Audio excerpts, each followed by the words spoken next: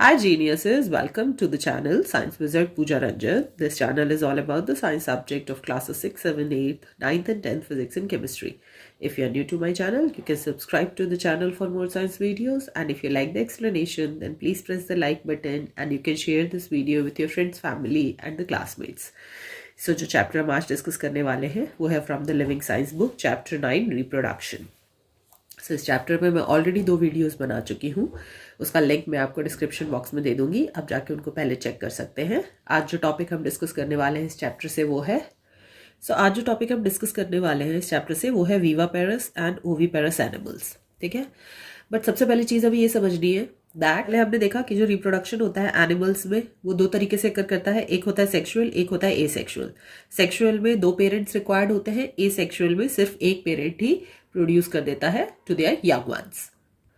फिर sexual reproduction में हमने देखा कि 2 तरीके से फर्टिलाइजेशन होता है, एक होता है एक्सटर्नल फर्टिलाइजेशन और एक होता है इंटरनल फर्टिलाइजेशन। एक्सटर्नल फर्टिलाइजेशन मतलब कि जो फर्टिलाइजेशन होता है, फर्टिलाइजेशन मतलब कि जहाँ पे जो मेल और फीमेल गैमेट है एक दूसरे के संग फ्यूज करते हैं और जाइगोट बनता है।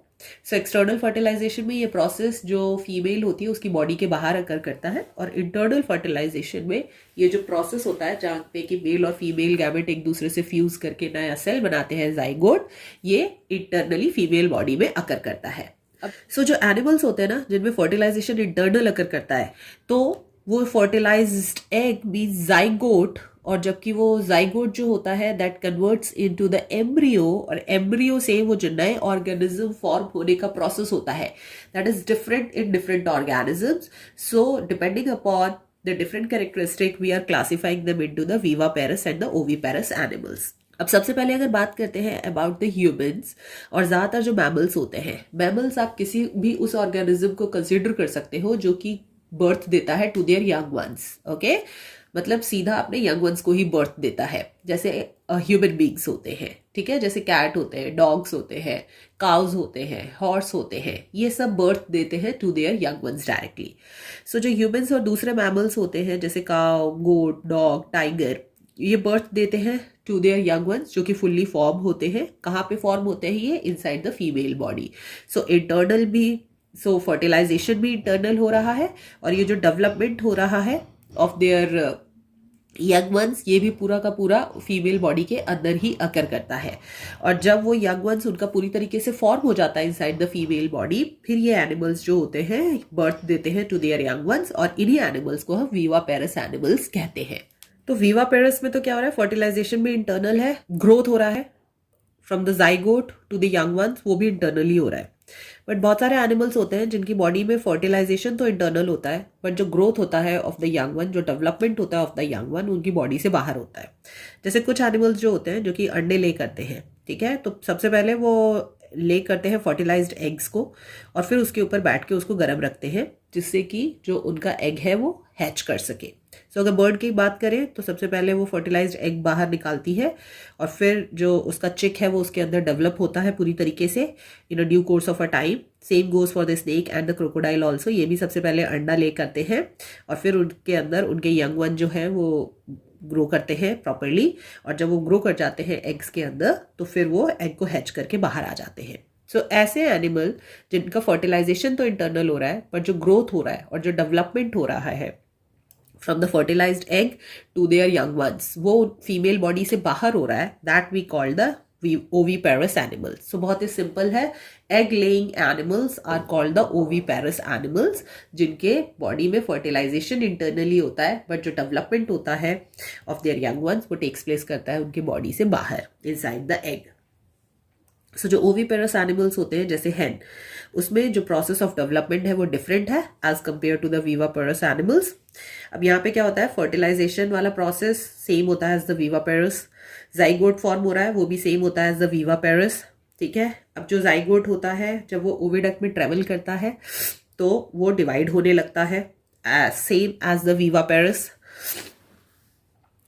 सो यहाँ पे फर्टिलाइजेशन हो गया, जाइगोट बन गया, अब ये ओविडक्ट में ट्रेवल कर रहा है यहाँ से यहाँ तक, ये सब कुछ सेम है एज द विवापेरस ओनली। ठीक है।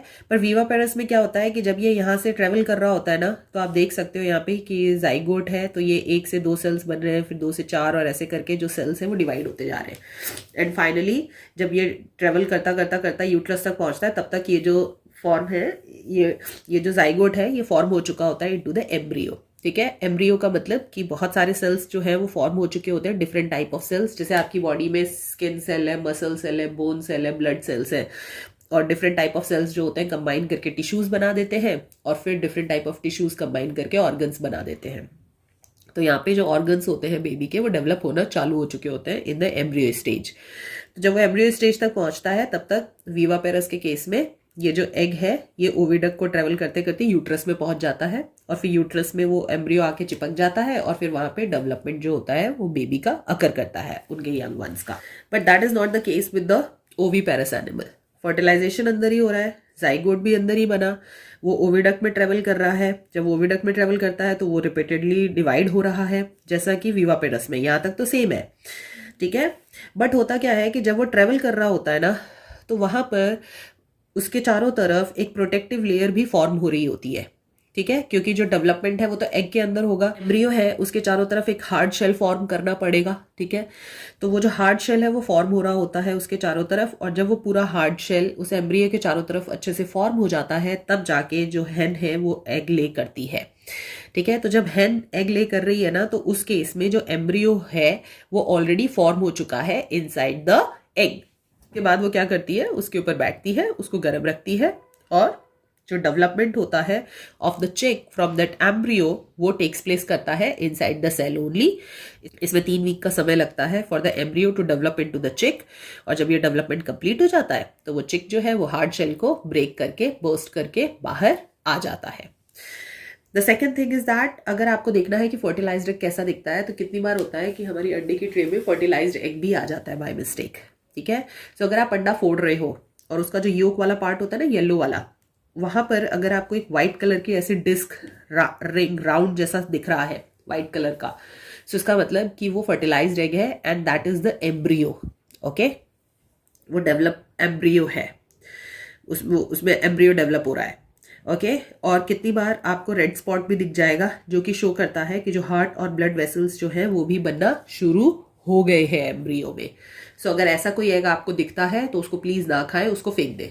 नेक्स्ट है मेटामॉर्फोसिस। मेटामॉर्फोसिस में क्या होता है कि जैसे आपने बहुत सारे एनिमल्स देखे होंगे ना, जब वो बर्थ देते हैं टू देयर यंग वंस, तो वो बिल्कुल अपने पेरेंट जैसे ही दिखते हैं। जो पपी है वो बिल्कुल अपने पेरेंट जैसा दिखता है। जो ह्यूमन बींग्स के यंग वंस होते हैं वो बिल्कुल अपने पेरेंट्स जैसे ही दिखते हैं, 2 हाथ 2 पैर 1 नाक वैसी नजर आते हैं, ठीक है। सो जो न्यू बॉर्न मैमल्स होते हैं या फिर जो न्यूली हैच बर्ड होती है, ठीक है, उनका जो शेप होता है, जो स्ट्रक्चर होता है, वो एग्जैक्टली सेम होता है दैट ऑफ देयर पेरेंट्स, ठीक है। बट वो धीरे धीरे ग्रो कर जाते हैं और बड़े हो जाते हैं, इतना ही डिफरेंस होता है, ठीक है। बट ऐसा हर एनिमल के केस में नहीं होता है।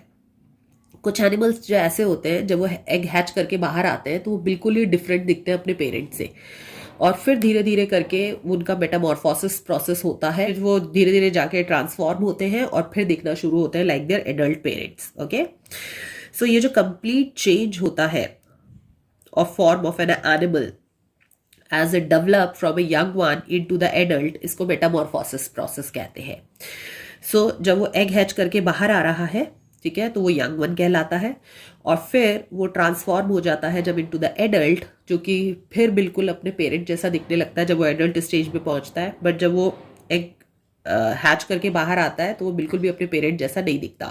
तो जैसा कि आप ये प्रोसेस देख रहे हो यहाँ पे, ये एग है, जो फ्रॉग्स होते हैं उनमें एक्सटर्नल फर्टिलाइजेशन होता है, फिर एग में से हैच करके जो टेडपोल्स है वो बाहर आते हैं। So as you can see here, जो टेडपोल्स है वो बिल्कुल भी फ्रॉग जैसे नहीं दिखते, ठीक है। तो ऐसे ऑर्गेनिजम्स का मेटामॉर्फोसिस प्रोसेस अकर करता है, ठीक है, आउटसाइड द बॉडी, और फिर उसके बाद यहाँ पे ट्रांसफॉर्मेशन अकर करता है, फिर ये लेट टेडपोल में कन्वर्ट होता है, फिर ये एडल्ट में कन्वर्ट होते हैं, और जब ये एडल्ट बन जाते हैं तो यहाँ पे ये बिल्कुल ही अपने पेरेंट जैसे दिखने लगते हैं, ठीक है। सो इसी कंप्लीट चेंज को of an animal from their young ones to the adult, इसी प्रोसेस को मेटामॉर्फोसिस प्रोसेस कहते हैं। सो फ्रॉग के केस में 3 स्टेजेस में होता है, eggs, early tadpole, late tadpole and the adult. Next mosquitoes में बात करें तो मॉस्किटोज में एग्स, फिर एग्स में से जो बाहर आता है उसको लार्वा कहते हैं, जो कि वॉर्म जैसा दिखता है। फिर वो कन्वर्ट होता है इनटू द प्यूपा, जो कि आपको कॉमा जैसा दिखता है, ठीक है। और फिर वो कन्वर्ट होता है इनटू द एडल्ट। तो अगर यहाँ पे देखोगे ध्यान से, यहाँ पे ध्यान से देखोगे तो जो एग से बाहर आ रहा है वॉर्म, ये बिल्कुल भी एडल्ट मॉस्किटो जैसा नहीं दिखता है, ठीक है। यहाँ पे क्या हो रहा है, चेंज हो रहा है of the young one into the adult, और यही प्रोसेस जो होता है इसको मेटामॉर्फोसिस कहते हैं। The same goes for the butterflies and moth also. Butterflies और मॉथ में भी क्या होता है, वो एग ले करते हैं, एग में से जो बाहर आता है वो लार्वा होता है जिसको कैटरपिलर कहते हो, बिल्कुल भी बटरफ्लाई जैसा नहीं दिखता। फिर वो प्यूपा के स्टेज में जाता है और फिर प्यूपा में से एडल्ट मॉथ या बटरफ्लाई बाहर आता है, और इसीलिए इसको भी मेटामॉर्फोसिस प्रोसेस कहा जाता है। सो मेटामॉर्फोसिस का मतलब कि जो एग हैच करके जो यंग वंस बाहर आ रहे हैं, they look totally different from the adult parents, ठीक है। और फिर वो बाहर आके उनकी बॉडी में चेंजेस होते हैं and in different stages they convert into the adult, और फिर वो अपने पेरेंट जैसा दिखना शुरू होता है, और इसी को मेटामॉर्फोसिस कहते हैं। Next one is the asexual reproduction. Asexual reproduction मतलब कि जिसमें एक ही पेरेंट जो होता है वो बर्थ देता है टू देयर यंग वंस। यहाँ पे दो पेरेंट्स की रिक्वायरमेंट नहीं होती है, जस्ट वन पेरेंट। सो सबसे पहला जो एसेक्सुअल रिप्रोडक्शन है वो करता है by the process of binary fission. Binary मतलब कि बाई मतलब टू, ठीक है, और फिजन मतलब ब्रेक डाउन। तो एक जो है वो दो में ब्रेक होना, उसको बाइनरी फिशन कहते हैं। So fission refer to the division of the cell into two parts, और बाइनरी मतलब दो में डिवाइड होगा, ठीक है। ये सबसे simplest type of asexual reproduction होता है। ये जनरली अकर करता है सिंगल सेल्ड ऑर्गेनिजम्स में, जैसे अमीबा है, पैरामीशियम है। बाइनरी फिशन में क्या होता है कि जो फुल्ली ग्रोन पेरेंट सेल होता है वो स्प्लिट होता है इनटू द टू हाफ्स, ठीक है, और वहां पे फिर वो प्रोड्यूस करता है दो नए सेल्स। अब अमीबा के केस में क्या होता है कि जो फुल्ली ग्रोन पेरेंट है, एक सेल वो ब्रेक होगा, तो सबसे पहले क्या ब्रेक होता है, सबसे पहले उसका न्यूक्लियस ब्रेक होता है, ठीक है। सो जो न्यूक्लियस है वो डिवाइड होगा into the two equal parts, so as you can see here. उसके बाद फिर जो साइटोप्लाज्म होता है, जो कि जेली लाइक स्ट्रक्चर होता है आपके सेल के अंदर अराउंड द न्यूक्लियस, फिर वो डिवाइड होता है into the two equal part, जो कि रिसीव करता है दोनों न्यूक्लियस को, और ये जो दो नए सेल्स बन जाते हैं आफ्टर द डिवीजन, उसको हम कहते हैं डॉटर सेल्स ऑफ अमीबा। ये ग्रो होते हैं, फिर ये अटेन करते हैं अपना फुल साइज, और फिर उसके बाद ये फिर स्प्लिट होते हैं और फिर ये बनाते हैं दो नए sales, daughter cells. Okay, so ये पेरेंट सेल होता है, और ये जो दो नए बने ये हम डॉटर सेल्स कहते हैं of the amoeba. Next budding होता है, एसेक्सुअल रिप्रोडक्शन। सो बडिंग के द्वारा हाइड्रा जो होता है, यीस्ट जो होता है, ये अपने यंग वंस को बर्थ देते हैं।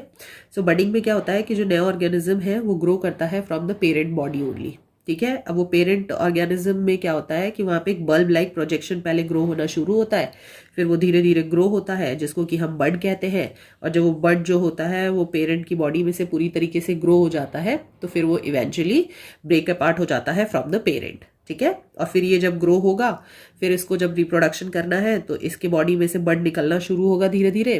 फिर जब बर्ड पूरा ग्रो हो जाएगा पेरेंट बॉडी में, तो फिर वो सेपरेट हो जाएगा फ्रॉम द पेरेंट बॉडी। सो इस ढंग से जो यीस्ट और हाइड्रा होते हैं वो रिप्रोड्यूस करते हैं by the process of budding. अब हाइड्रा में जो बर्ड है वो अपीयर होता है बॉडी वॉल पे, जो कि ग्रो होता है into the complete hydra in a day and to and separate from the parent. So ये प्रोसेस बहुत जल्दी होता है, ठीक है। बर्ड अपीयर हुआ हाइड्रा के बॉडी वॉल पे, फिर वो कंप्लीट हाइड्रा में डेवलप हो गया एक और 2 दिन में, और फिर वो पेरेंट से सेपरेट भी हो जाता है, ठीक है। सो 2 या 3 दिन में ही जो हाइड्रा है उसमें से बर्ड निकला, वो ग्रो भी हो गया और फिर वो सेपरेट भी हो गया। ये पूरा प्रोसेस जो होता है रिप्रोडक्शन का 2 से 3 दिन में हाइड्रा में आकर कर जाता है। नेक्स्ट जो कोरल और स्पंजेस होते हैं, ठीक है, इनमें ये भी बर्ड के द्वारा ही रिप्रोडक्शन प्रोसेस करते हैं। बट जैसे यीस्ट और हाइड्रा में क्या होता है, जो बर्ड है वो ग्रो हो जाता है कंप्लीटली और फिर सेपरेट हो जाता है from the parent organism. But यहाँ पे कोरल और स्पंजेस में ऐसा नहीं होता। जो बर्ड है वो सेपरेट नहीं होते हैं एक दूसरे से, ठीक है, वो अटैच्ड रहते हैं टू द पेरेंट ऑर्गेनिज्म, और उसी में बहुत सारे बर्ड्स जो हैं वो नए नए रिप्रोडक्शन प्रोसेस अकर करता रहता है। नए नए बर्ड्स जो है वो फॉर्म होते रहते हैं उसी के अंदर, और जिस ढंग से कि वो एक कॉलोनी बना लेते हैं, ठीक है। So I will give you the image for the reference, so आप जाके वहां से चेक कर सकते हैं। And the last and very important topic is the story of the cloning. ठीक है। सो ये जो क्लोनिंग होता है, क्लोन मतलब देखो जैसे बच्चा पैदा होता है ना, किसी का भी हो, भले वो किसी भी मैमल का हो या किसी भी ऑर्गेनिज्म का बच्चा पैदा हो, उसमें कुछ कैरेक्टरिस्टिक पेरेंट्स के होते हैं, बट वो एग्जैक्टली बिल्कुल ट्रू कॉपी पेरेंट्स का नहीं हो सकता। बट जब हम क्लोनिंग करते हैं किसी की, तो बिल्कुल एग्जैक्ट कॉपी होता है ऑफ दैट पर्टिकुलर पेरेंट जिसका कि आप कॉपी कर रहे हो, जिसका आप सेल यूज कर रहे हो। सो यहाँ पर बेसिकली 27 फरवरी 1997 में एक रिसर्च आर्टिकल पब्लिश किया गया था साइंस मैगजीन नेचर में, जिसने कि हाहाकार मचा दिया था साइंटिफिक वर्ल्ड में। ठीक है, ये बोला जाता है कि एक रिमार्केबल सक्सेस थी जो कि अचीव की गई थी by the scientist doctor Ian Wilmut और उनके कलीग के द्वारा in the Roslin Institute of Edinburgh, Scotland. वहां पे उन्होंने जो बेबी शीप है, ठीक है, वो बनाया था, क्लोन किया था without involving the male sperm. So जो शीप होते हैं उनमें सेक्सुअल रिप्रोडक्शन होता है, मेल और फीमेल शीप जो होते हैं उनके जो सेल्स हैं वो फ्यूज होते हैं फीमेल बॉडी के अंदर, और वहां पे फिर नया शीप ग्रो होता है। And sheeps are also the mammals, वो बर्थ देते हैं टू देयर यंग वंस को। ठीक है, बट यहाँ पर इन्होंने क्या किया, इन्होंने मेल जो है स्पर्म लिया ही नहीं। ठीक है, उन्होंने सिर्फ फीमेल बॉडी को ही यूज करके उन्होंने नया शीप रिप्रोड्यूस कर दिया। How is that possible? So उन्होंने क्या किया कि एक बेबी शीप जिसको उन्होंने डॉली नाम दिया गया, ठीक है, उसको डेवलप किया। क्या करा उसके लिए? उन्होंने एक शीप लिया। सो जैसे मान लो ये है शीप 1, ये है शीप 2 और ये है शीप 3। इसके लिए 3 शीप की जरूरत पड़ी उन्होंने।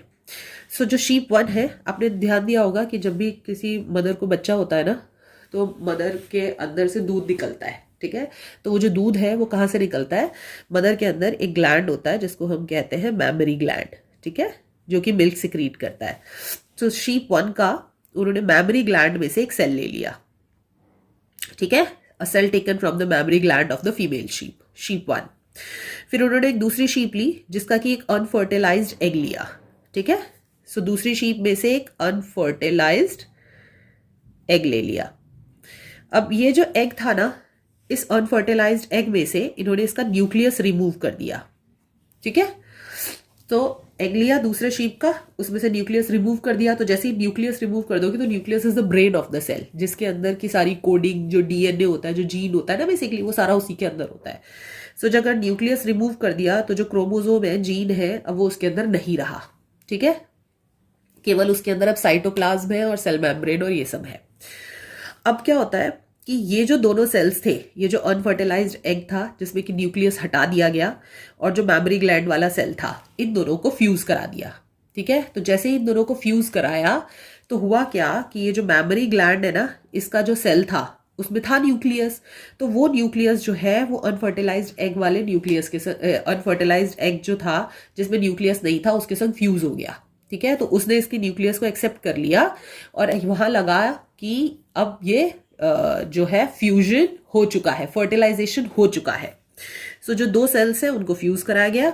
तो जो एग सेल था एक्सेप्ट कर लिया उसने nucleus of the mammary gland, और फूल किया गया वहां पे, ये देखा गया, फूल किया गया, उसको ऐसा लगा कि ओके फर्टिलाइजेशन हो गया है। फर्टिलाइजेशन में क्या होता है, जो 2 सेल्स हैं वो एक दूसरे के संग फ्यूज होते हैं, तो यहाँ पे भी दोनों सेल्स को एक दूसरे के संग फ्यूज करवा दिया। बट यहाँ पे से इसका न्यूक्लियस निकाल दिया था, तो इसका न्यूक्लियस इसके अंदर एंटर हो गया और उसको लगा कि फर्टिलाइजेशन हो चुका, फ्यूजन हो चुका।